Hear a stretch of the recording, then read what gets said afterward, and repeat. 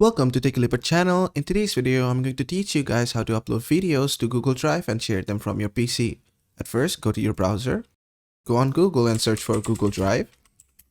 Go to the first link, click on Go to Drive. Just wait for it to load. Right click here, click on New Folder and create a folder called Videos. Click on Create. Go inside the folder. Right click here, click on File Upload. Select the videos you want to upload. Wait for it to be uploaded. After all your files have been uploaded, just click on here, click on share again.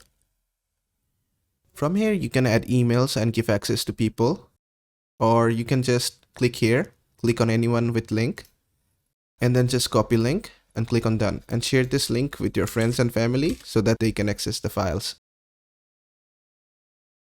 And that is how to upload videos to Google Drive and share them from your PC. I hope this video was helpful. If it was, please give it a thumbs up and don't forget to subscribe.